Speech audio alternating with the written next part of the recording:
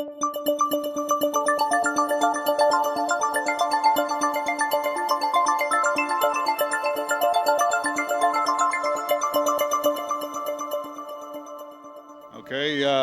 ladies and gentlemen, please welcome the Vice President of the United States, Al Gore.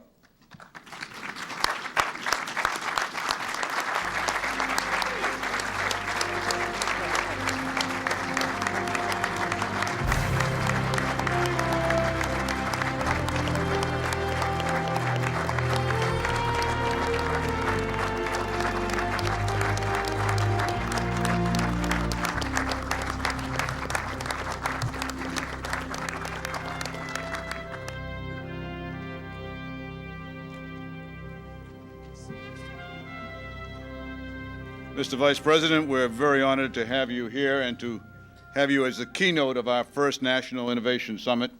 And we particularly appreciate the effort you've made to get here and flying in overnight. So thank you very much for being with us. MIT clearly is an appropriate site for this first council initiative on innovation. MIT is clearly a national treasure, both as an educational institution and as a generator of new knowledge. And of course, it's particularly appropriate since Chuck Vest is our Vice Chair of the Council on Competitiveness, representing the academic institutions. And I think, as you know, Mr. Vice President, this council is a unique organization. It's comprised of business, labor, academia leaders of America really working together to improve our nation's competitiveness. And from the beginning, we have recognized that government has a key role in that as well, and we have worked closely with them. And we're very pleased that the Clinton administration really recognized this from its beginnings and has worked closely with us on that. Now, what brings us here today, the members of the Council with the governors and the congressional leaders of both parties, as well as members of the administration, is really a shared belief that the competitive challenges facing the United States have changed and are changing.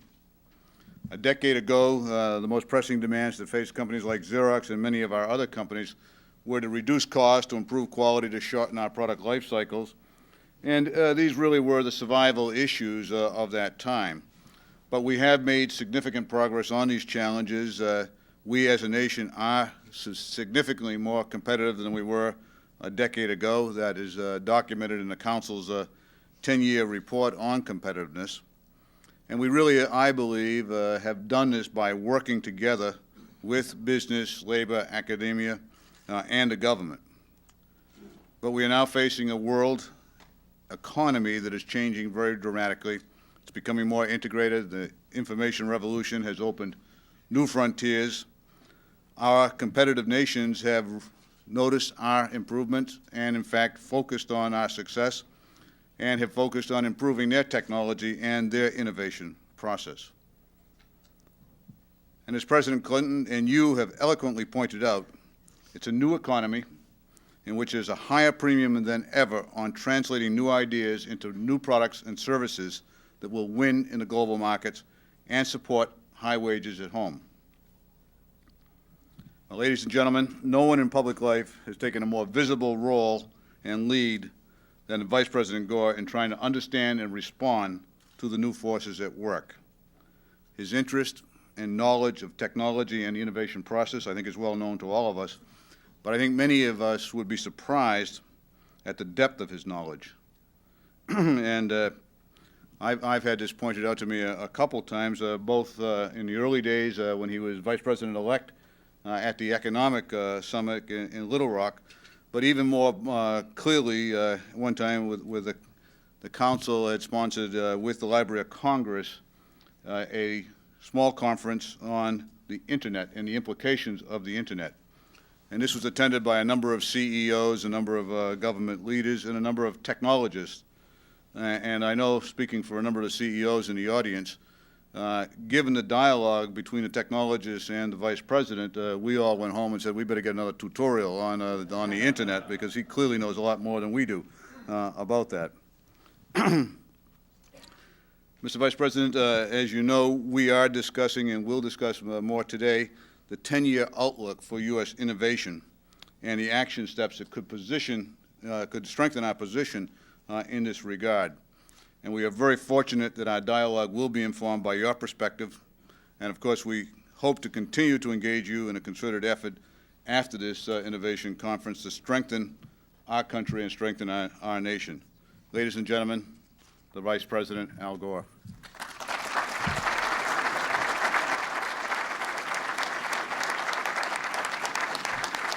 Thank you very much. No, please. Thank you. Thank you very much. Thank you, ladies and gentlemen.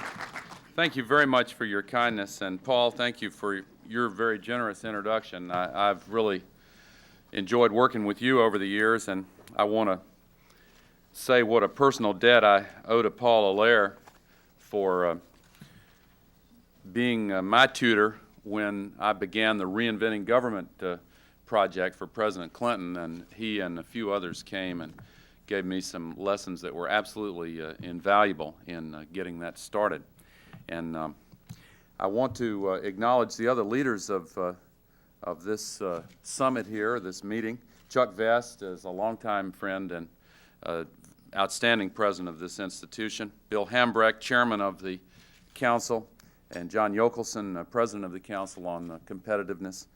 George Fisher, chairman and CEO of Eastman Kodak. I was just looking at Iridium's latest progress yesterday from his former company.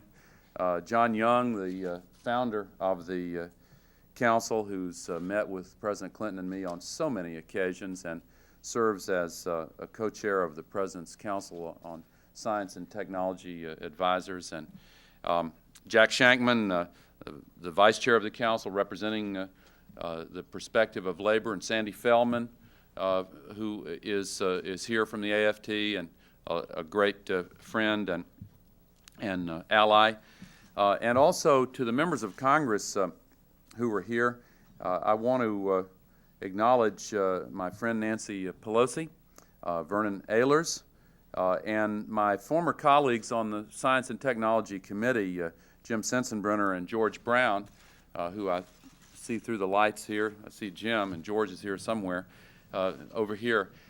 I served on the House Science and Technology Committee for 8 years and learned a lot from these two gentlemen, and we worked together to form a bipartisan base of support for research and development and measures to improve the competitiveness of our country, and it's great to see them here.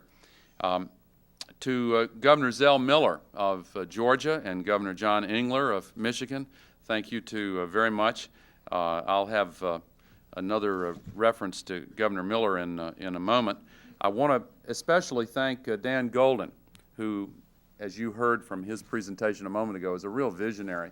And he and I have worked together since I presided over his confirmation hearings when I was on the Senate Science Subcommittee, part of the Senate Commerce Committee, and back in the last administration.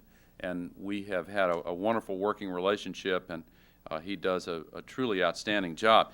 And I want to acknowledge our former Secretary of Defense, Bill Perry, who's around here somewhere, and a great partner and friend. And there are all kinds of other distinguished guests I probably ought to acknowledge, but I don't know to do it without accidentally missing people, so I'll just go right on to what I have to say here. And I'd like to start that by telling you what a pleasure it is to be back with the Council on Competitiveness. And it's great to be back here at MIT. I haven't spoken here in almost 2 years. It'll be 2 years ago, June, when I was asked to give the commencement address. I really enjoyed that, and I told the story at that time about a great tragedy that occurred when the founder of MIT, after 20 years after his retirement, came back in 1882 to deliver the commencement address. And it's a true story. Right in the middle of his speech, he dropped dead. Now, you see, you're laughing. But as terrible as that is, I noted then I was comforted by the fact that no matter how I performed, I would be remembered as only the second stiffest speaker in the history of those commencement addresses. And I can't get away from that. You know, the Academy Awards are coming up, and Good Will Hunting, which takes place at MIT, is among the nominees. Anyway, last year when they had the Academy Awards, it made a real impression on me because my wife Tipper and I were propped up on pillows in the bed watching the telecast, and Billy Crystal, the host, came out with, to start the show with an Oscar on the podium. And he mentioned that there were so many people nominated and only a few would win.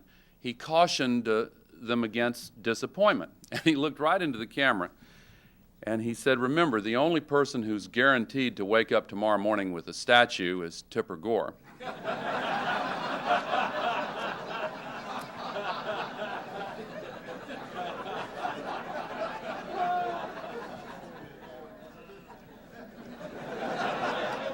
As Groucho Marx once said, I resemble that remark.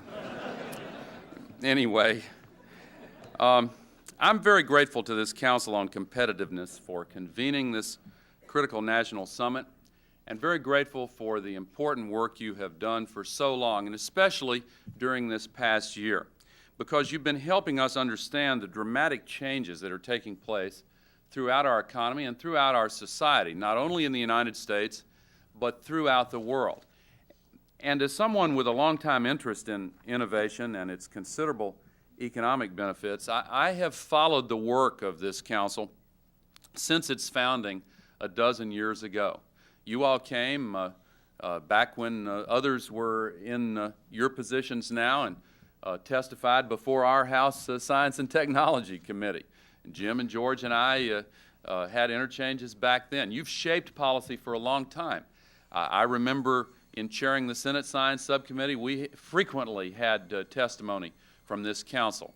And over the years, like water on stone, you have worn away some of the resistance you encountered at first, and we've still got a ways to go as a nation, as you continue to point out very forcefully. But we are making some changes, and under President Clinton's leadership, we've seen some pretty significant changes. But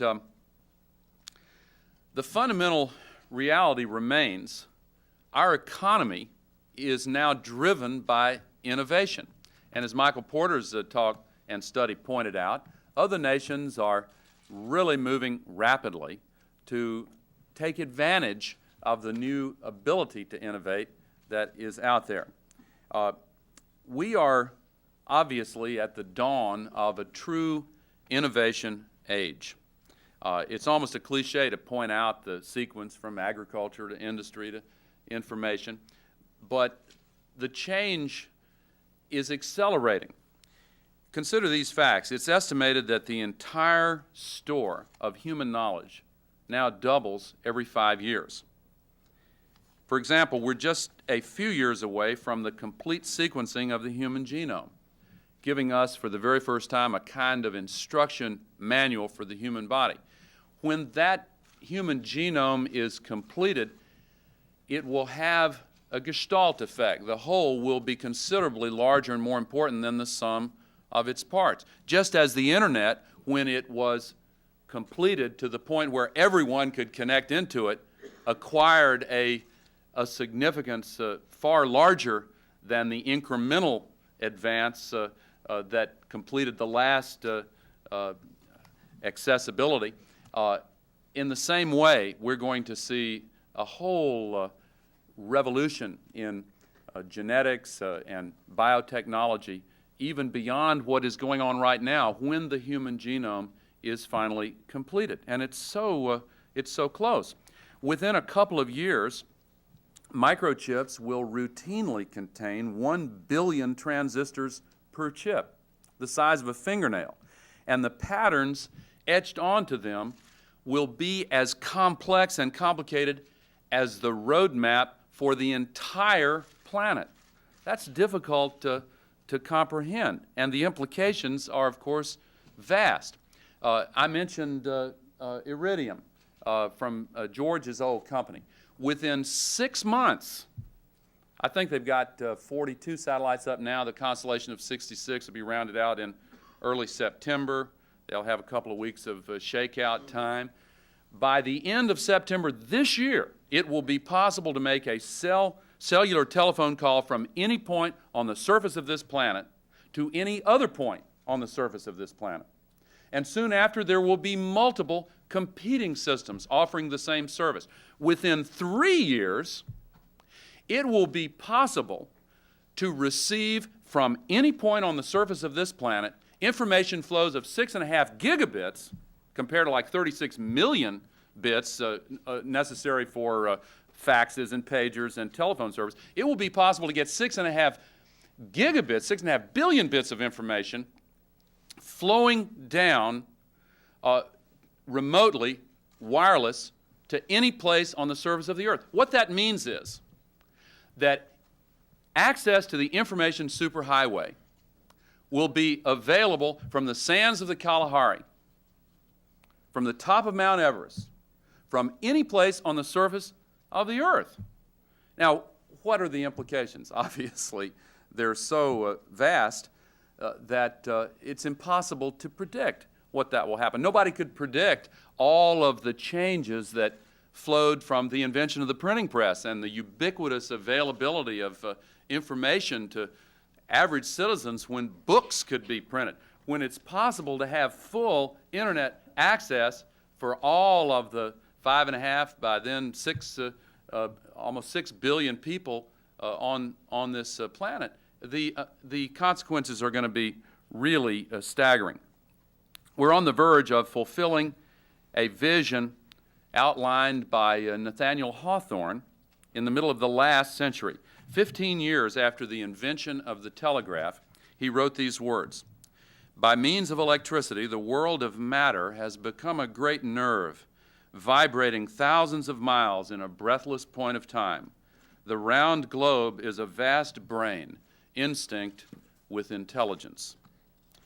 Often it's easy to chart the exact benefits of a new breakthrough to our health care, to our pocketbooks, to our hard disk drives. But today I'd like to briefly talk about innovation in a broader context, and to talk about innovation not merely as a material goal, but as an ethic, a constant concern, a continuing focus for our entire country. Some of you, as managers, are familiar with the phrase learning organization. Some of you manage toward that objective. We as a nation must be a learning nation. We have to put into place the infrastructure, the policies, the programs, and the habits that enable us to continue innovating at an accelerating rate. MIT's motto, mens et manus, mind and hand, sums up this challenge. True innovation encompasses not only the labor of our hands, but also the labor of our minds. Increasingly, of course, brain replaces brawn.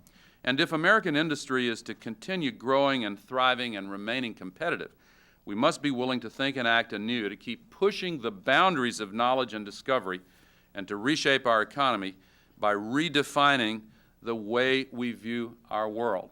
Thomas Kuhn wrote a path-breaking study many years ago about the way revolutions in thought occur. All of a sudden, new observations, new findings about the world don't fit into the old models that we're using. And then slowly these unexplainable observations accumulate to the point where the old model doesn't work anymore. And then all of a sudden, someone comes up with an innovative new pattern that explains the previously unexplainable and produces a new vision into which all of the information that was mysterious in the past fits neatly. At a few precious moments in our history, we see this occur in a dramatic way. More than 500 years ago, Columbus set sail. And obviously, by discovering the New World, he gave us a new vision of Earth. Copernicus was 19 years old when Columbus landed in the New World. And just a few years after that, just a couple of decades after that, rather, he produced the new model explaining not only the Earth, but its relationship to the solar system in a new way. A century after Columbus, Galileo first turned the new instrument of the telescope toward the sky and shattered centuries-old notions about the mechanics of our solar system. And obviously, I saw a cartoon recently, maybe it was in the Wall Street Journal, about with the Columbus speaking to Queen Isabella and saying, not only will we find spices, this will create 3,000 new jobs. And I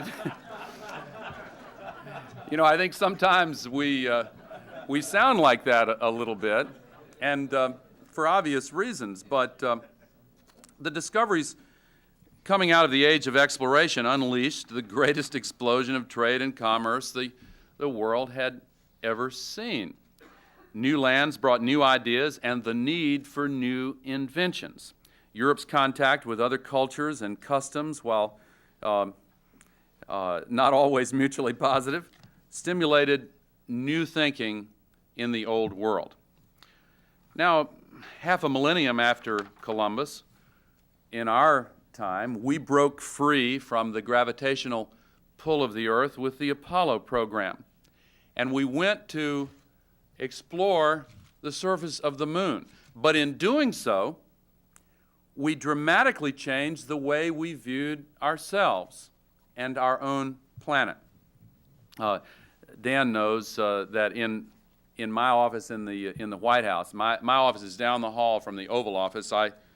I work in the famous Square office in the White House, and on the wall is a photograph of the Earth that was taken on December 7th, 1972, by the very last Apollo mission to the moon. It is the most printed photograph in the history of humankind. The people who keep up with those things say the next closest photograph is not even close. I remember when the Apollo 8 mission first circled the moon before Apollo 11 landed, and the image of the Earth from space had a dramatic impact. Some people anticipated that.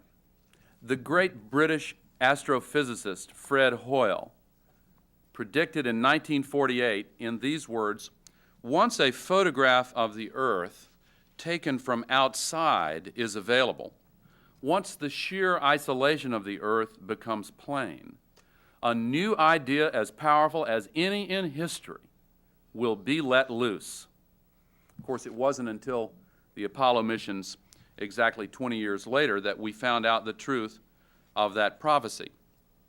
Like a child's first glimpse of herself in a mirror, those photographs changed our own self-image. We saw a world that was not as vast or expansive or incomprehensible as we had thought, but surprisingly smaller, more interconnected, and more fragile. The poet Archibald MacLeish wrote of those images, "To see the Earth as we see it now, small and blue and beautiful in that eternal silence where it floats, is to see ourselves as riders on the Earth together, brothers on the bright loveliness in the unending night, brothers who see now they are truly brothers." This new image, this new way of integrating knowledge, shifted centuries of human understanding and brought about dramatic results. Certainly such a quantum leap in our worldview does not occur all that often, but when it does, it sometimes takes decades to know where the leap is taking us. And in that spirit, it's not that different from the work that many of you do each and every day, pushing the ever-expanding boundaries of knowledge and discovery, creating and innovating for the ultimate benefit of all of our people. At its heart, what innovation means is looking at the world in new and different ways. Our challenge is to create the right climate for that kind of innovation, both large and small, and to harness its enormous economic potential for the 21st century. You've already come a long way, and with help from so many of you, our nation is building a new economy, one that takes innovation as its starting point, not as a mere byproduct. The new economy is driven by innovation. Information and technology are its fuels. The new economy values the productivity and creativity of people above all else. Yesterday, I had long sessions in Silicon Valley with the Prime Minister of Russia, Viktor Chernomyrdin, and the CEOs of many of the leading high technology firms.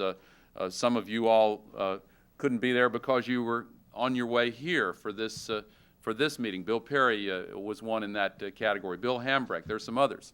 But we had quite a representation from the high-tech community there, and they made it plain to the leadership of Russia what we already know, which is that by far the most valuable resource or asset that any nation has is the unused creativity and brain power of the men and women in that nation. Russia has more PhDs per capita than any nation on the face of this earth. You talk about an innovation policy, they need one. And we do too. And there are a lot of things that it is now obvious with this new worldview we need to be doing right now. The new economy is connected to the global marketplace where we zap dollars and data around the world at the speed of light. Now, today, we do have some things going for us. The American economy is once again the envy of the world. Interest rates and inflation are at record lows. Investment and modernization are both rising. We have 15 million new jobs, the lowest unemployment in a generation. And today, a full third of our GDP growth now comes from information technology. Our fast-growing environmental technology industry is already bigger than our steel industry, textile industry, or aerospace industry. More Americans build semiconductors now than construction machinery. More Americans spend their days processing data than refining petroleum. More Americans now build computers than build cars. Perhaps more importantly, today there is less difference between the task of building a computer and building a car. Open up a car and it doesn't look a lot different than some computers. Today's Ford Taurus has more computing power than those Apollo spacecraft in the 1960s and 70s. And those that build cars do so in ways that emphasize quality, performance, and innovation. Part of what we used to call, and some still call, the Japanese challenge came about because they figured out how to innovate new generations of products like cars in a much shorter period of time. They took the lead time from the idea for a new car, from that point to the appearance of the new car, from 7 years down to 5 years, down to 3 years. And there's a great race on now to get that process down to 1 year. Some of the technologies that Dan Golden referred to will be important in that process. Already in the aircraft manufacturing industry, Boeing is leading the entire world because it has figured out how to use some of the new information technologies to compress that development period down to the bare minimum. The 777, as many of you know, was created without any paper to speak of, completely in digital form. And the maintenance can be done digitally as well. They're telescoping that lead time from idea to the appearance of the product really across the board.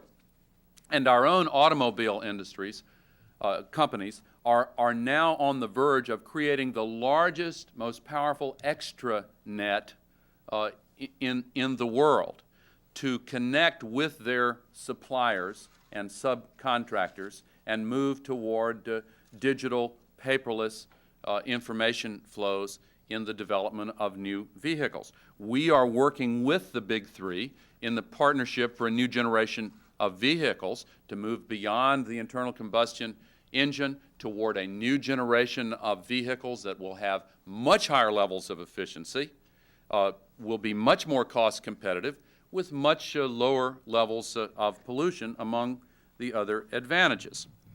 Now, these two examples illustrate the convergence of technologies that is now giving us the ability to get productivity gains from computers long after their initial introduction.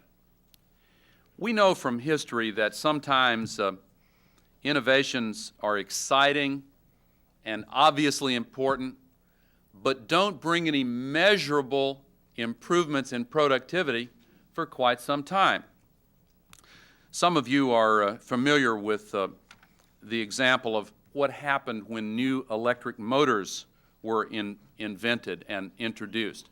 People thought that they would bring improvements in productivity, but they didn't, at least not for a while. Why? Because the context into which they were introduced had not changed in order to accommodate the new potential. The old factories from the industrial age were designed for steam engines, and that meant that many of them were highly vertical with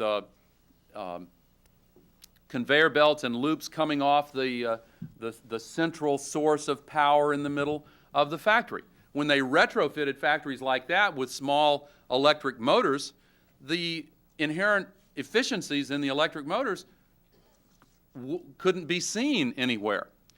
But over time, those physical plants wore out, new factories were built and designed in a way that accommodated the inherent efficiencies of that new technology. And so after a long delay, all of a sudden there was a surge in productivity because the inherent advantages were able to be expressed in the new context that was created. I think we're seeing something exactly like that now with the delayed productivity gains from the introduction of microprocessors and computers and networks, as businesses and industries now redesign their physical plants and, more importantly, their processes and their human interactions in ways that take advantage of the new abilities conferred by microprocessing. That's why I sometimes wonder about the measurements that are used on innovation and productivity. We have to make do with what measurements we can get our hands on. But this is inherently a very inexact process. And those of you who've spent a long time studying productivity know that it's just, the studies are just a mess. There are just so many factors involved, and some people will have great precision in saying this or that about it, and we have to work with the information available.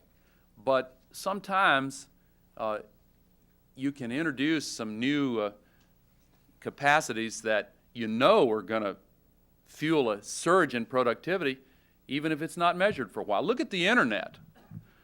When we started providing seed money in the Congress more than 20 years ago for the development of what is now the internet, there was no enthusiasm in the business community for it because it was not relevant to the way business operated at the time. Now, of course, every business has its own web page, and whole industries are being redesigned in order to take full advantage of the abilities of the internet. When President Clinton and I took office, there were only 50 sites on the World Wide Web. That hadn't been that long ago, just a little over 5 years ago. And now, of course, millions and millions, and the increase is geometric. It is an example of a new capacity, a new way of linking together, a new convergence, a new way of seeing the world that after a delay produces a surge of productivity. In fact, if you think back on that example of the electric motors, what happened there was when alternating current was invented, it made it possible to distribute electricity over a much wider area. And then it was possible with electric motors to distribute the sources of mechanical energy throughout the factory and co-locate them precisely where each machine needed the mechanical energy. In exactly that same way, what the Internet is making possible is a new form of distributed intelligence, distributed knowledge, distributed information. And all of the old organizational structures, which, like those vertical factories based on steam engines, relied on a central repository for knowledge with all the decisions having to go to that central place. Now, the knowledge is distributed widely and easily. And geographic boundaries are not as significant as they once were. Microsoft has a contract in India for maintenance and service, so that when you call the number, they may take care of it in Seattle, or without knowing it, you may be talking to someone in India over the Internet. And receiving the information seamlessly as if it was coming from Redmond, Washington. And of course, many of you here could give similar examples. But the point is, today's technology is allowing us to unlock a much higher fraction of that unused creativity among men and women all over our nation. And we're able to reach out to those who in previous years would have been left out of the world of innovation. Now we never know where we will find the person responsible for the next intellectual breakthrough. It could be a janitor right here at MIT. You can't ever tell. Some of you saw the movie. There's simply no question that if we want to make the most of the 21st century and this new economy, if we want to achieve the full promise of American business, we have to do everything we can to fuel new innovation and discovery, build partnerships that encourage, support, and reward cutting-edge ideas, and keep our economy strong enough and efficient enough to take advantage of them as quickly as possible. Along with my colleagues, I've worked on initiatives to try to take advantage of these new realities, the Small Business Innovation Research Initiative, the first legislation which led to the Internet, the first funding for the Human Genome Project, and the rest. And over the past 5 years, under President Clinton's leadership, we have done an enormous amount to encourage innovation. For a quarter of a century, the number of patent applications for inventions by Americans hovered between 60,000 and 70,000 per year. That was true for most of the 1980s. The past few years have seen that number jump up to above 100,000. Similarly, we've increased the number of patent awards by 50% from the early 1980s. We plan to seize that promise by continuing the bold new economic strategy that we believe is partly responsible for the surge of strength in the new economy, eliminating the deficit, opening up new markets to our products, and investing more in education, technology, job training, and environmental protection, and other efforts which help to secure our future. On the first point, we will balance the budget, and we will do it this year. The budget the President just proposed to Congress takes a deficit that used to have 11 zeros and makes it simply 0. That is very important when you look at access to credit. It's an old story to describe what it was like for companies to compete in credit markets with the 800-pound gorilla that had to get $300 billion a year or more in order to finance the federal deficit. So we made tough choices based on hard numbers and freed up hundreds of billions of dollars in capital to finance private investments, including research and development. And one of the other reasons for our emphasis on eliminating the deficit is not only the competition in credit markets, but also the simple fact that in this new economy, we're not on the gold standard, we're on the information standard. And we get a premium in world credit markets and finance markets when they see that the economy is being managed well. Investment capital is flowing toward the United States. We're seeing an expression of confidence all over the world in U.S. markets. We need to go further and increase the savings rate. That's a very complicated challenge, as your counsel has made clear over the years, but we must do our best to meet that challenge. Now, the second component of our economic strategy, after having a sound fiscal policy, is to keep on opening markets for American products overseas. 96% of the consumers in the world live in other countries. That's why we've signed more than 200 new trade agreements in the past few years, and we're pushing hard for the authority to enter into yet more trade agreements. We're also aggressively addressing unfair trade practices by other nations. We're insisting upon the protection of intellectual property rights. I just had lengthy discussions with Prime Minister Chernomyrdin over the last 3 days, for example, on that point. And we're putting in place mechanisms to help to address the concerns of at-risk workers as we move ever farther into this global marketplace. The third part of our economic strategy is making those targeted investments in the future. And that means, first and foremost, dramatically improving our K through 12 education system.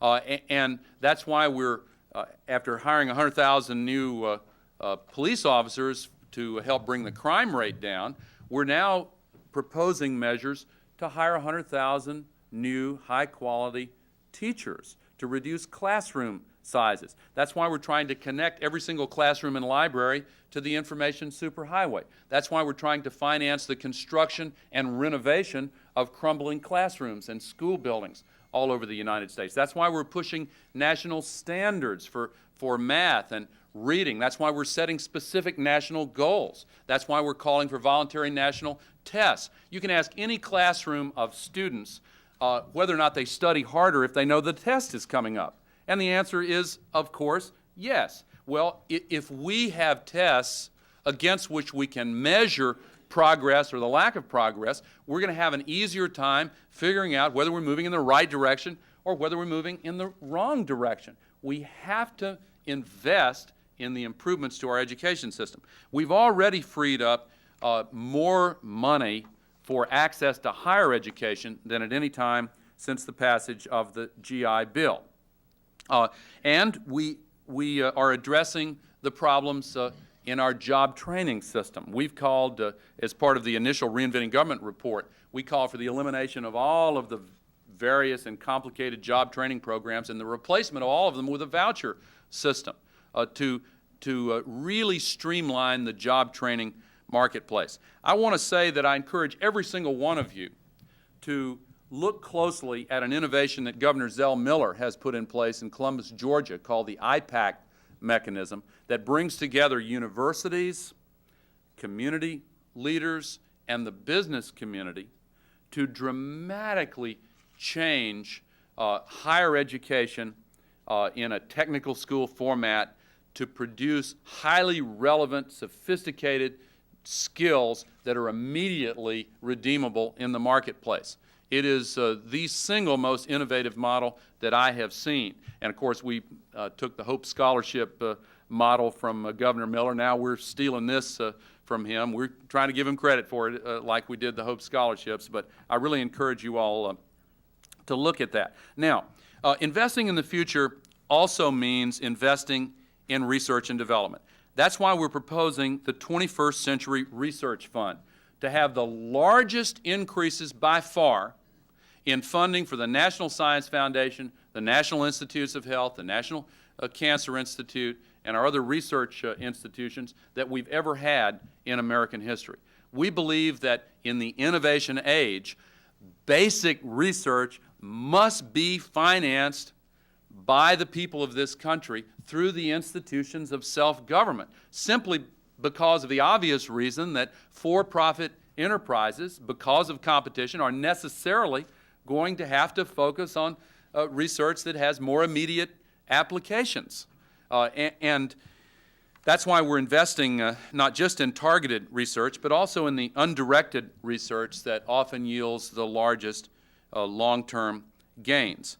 Of course, it takes private sector investment as well, and we have to understand that even though there are new efficiencies in research and development with computational science and the internet, the new advantages that supercomputers give, still the basic costs for research and development are increasing.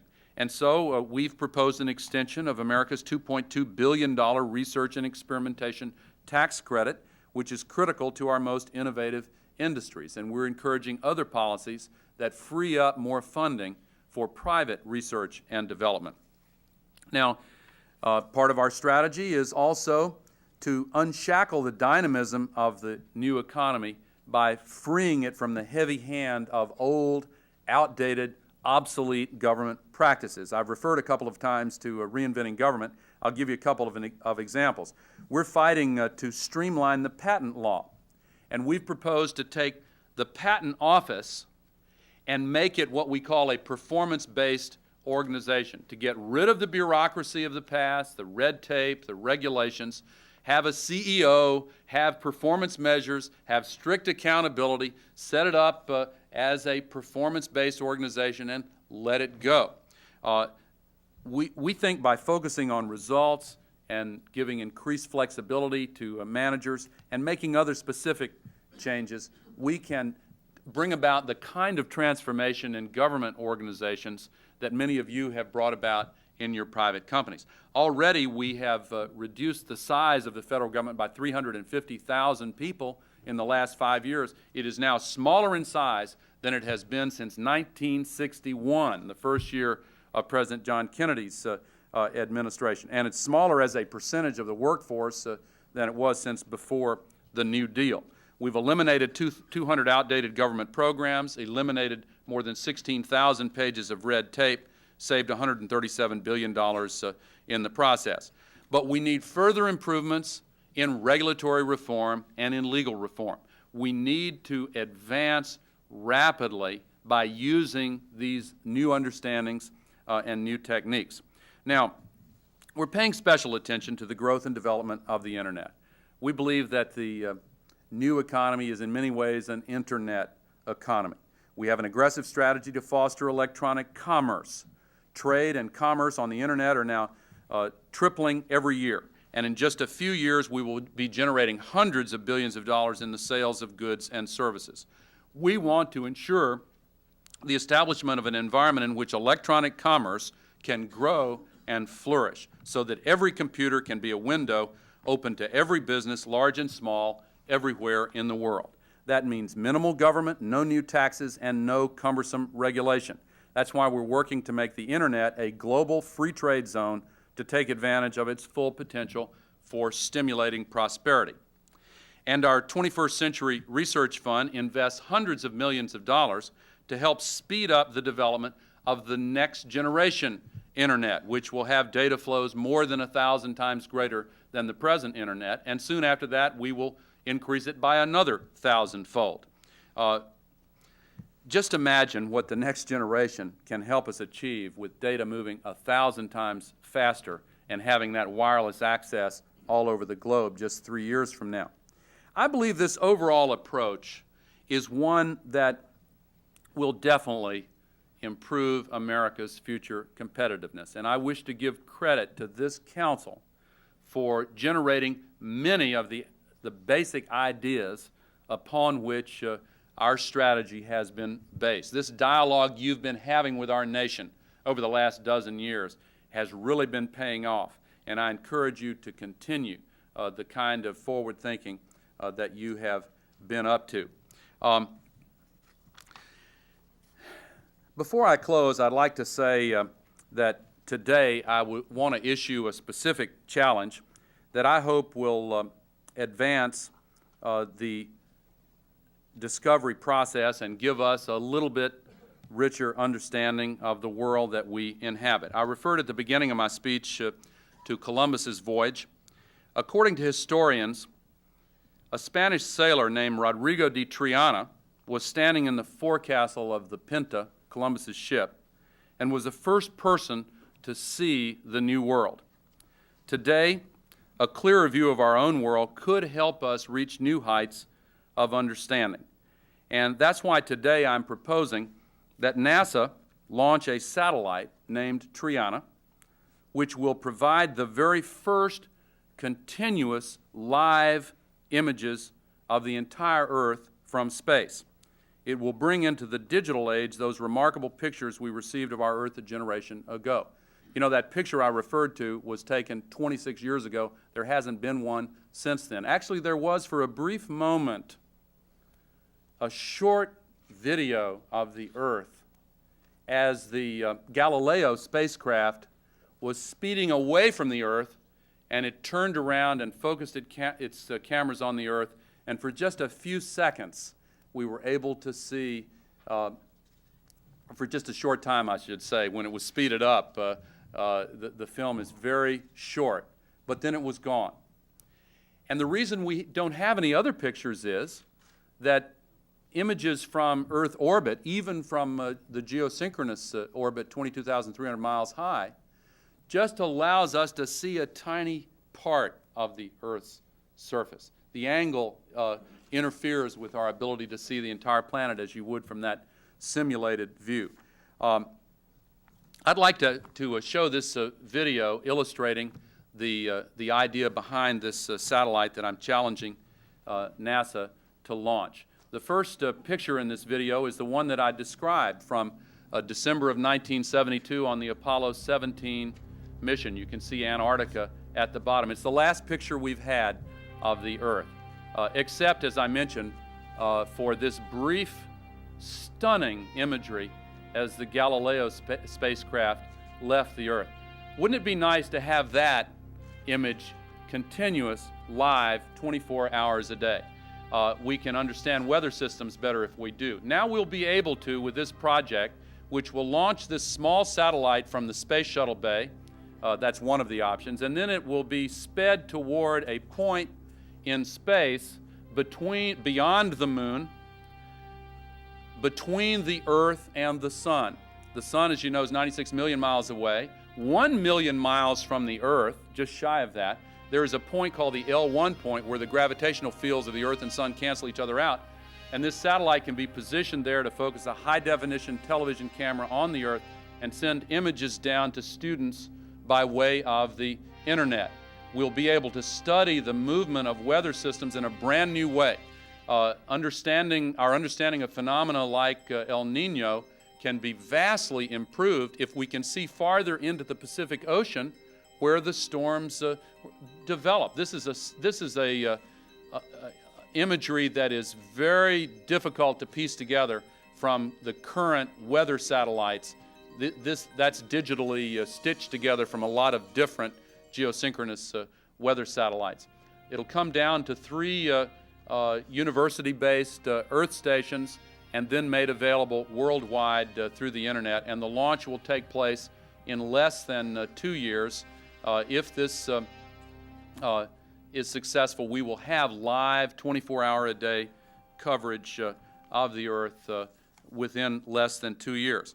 I believe that this can have tremendous scientific value and help us to understand the emergence of global weather patterns and help us in a lot of other ways. As Socrates said 2,500 years ago, man must rise above the earth to the top of the atmosphere and beyond, for only thus will he fully understand the world in which he lived. In different words, a former friend of some of us here, the astronaut Rusty Schweikert, once described what he felt during the Apollo series when he was orbiting the moon. And he said, you realize that on that small spot, that little blue and white thing is everything that matters to you. All of history and music and poetry and art and war and death and birth and love, tears, joy, games, all of it is on that little spot out there that you can cover with your thumb. With Triana, that same experience could be available to all of us. And as Columbus is reputed to have said, it will also produce 3,000 jobs. Daniel Boorstin, the great former Librarian of Congress, wrote the most promising words ever written on the maps of human knowledge are terra incognita, unknown territory. That's true of our ability to understand the earth, our effort to understand the new economy. It's true of your efforts to understand how we can stimulate more innovation in the United States of America. I'm proud to say that President Clinton and I are ready and willing partners in the effort to stimulate more innovation in the U.S. economy. We will do everything we can to keep growth and innovation high and productivity strong. So let us continue to blaze new paths to American competitiveness, continue to search for uncharted territories, be they near or far. And in the spirit of this great institution, let us apply our hands and our minds and our hearts to that endeavor, for that is how we will build the 21st century and the new economy of our dreams. Thank you very much.